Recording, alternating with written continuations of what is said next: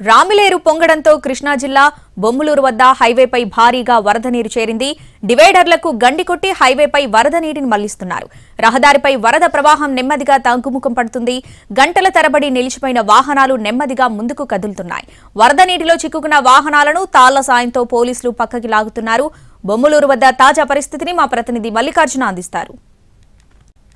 16వ number జాతీయ రహదారి బొమ్మలూరు వద్ద వరద నీరు ప్రవహిస్తూ ఉండడంతో వాహన రాకపోకలకు తీవ్ర ఇబ్బందులు ఎదురవుతున్నాయి. అయితే రాకపోకలన్నీ కూడా సరిచేసేందుకు పోలీసు యంత్రాంగం శ్రమిస్తోంది. అక్కడ డివైడర్ ఏదైతే ఉందో గంటలు కొట్టి ఆ నీటిని మరోవైపు పంపిస్తే రహదారి రాకపోకలు అనేవి మళ్లీ పునరుద్ధరించేటటువంటి అవకాశం ఉంటుంది. ఈ నేపథ్యంలో అక్కడ ఉన్నటువంటి ఒక జేసీబీ ద్వారా అక్కడ అటు నుంచి ఇటు గండి పెట్టడం ద్వారా అంటే ఈ ఏదైతే ఉందో డివైడర్ ఏదైతే ఉందో అక్కడ ఉండేటటువంటి వాటికి గండి కొడితే అటువంటి ఆ నీరంతా కూడా ఇటు చేరుకుని వాహన రాకపోకలకు ఎటువంటి ఇబ్బంది లేకుండా ఉండే విధంగా పోలీసులు అన్ని చర్యలు తీసుకున్నారు. ఇప్పటికీ రాత్రితో పోల్చితే ఇప్పటికీ కొంత పరిస్థితి మెరుగవుతూనే ఉంది. ప్రస్తుతానికి కిలోమీటర్ల మేర ఇంకా ట్రాఫిక్ ఉన్నప్పటికీ కూడా దాన్ని సరిచేసేందుకు పోలీసు యంత్రాంగం శ్రమిస్తోంది. మరోపక్క స్థానిక యువత కూడా ఇక్కడ ఈ ట్రాఫిక్ ని క్రమబద్ధీకరించే దాంట్లో వాలంటీర్స్ గా వాళ్ళందరూ కూడా పనిచేస్తున్నారు.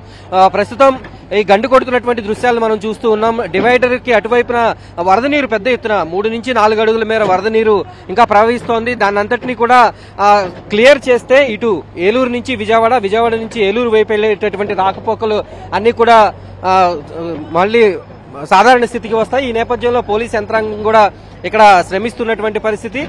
ప్రస్తుతానికి ట్రాఫిక్ ఏ రకంగా ఉంది, ఏ రకమైనటువంటి చర్యలు తీసుకుంటున్నారు అనేటటువంటి విషయాల్ని మనకి పోలీసు సిబ్బంది కూడా ఇక్కడ ఉన్నారు.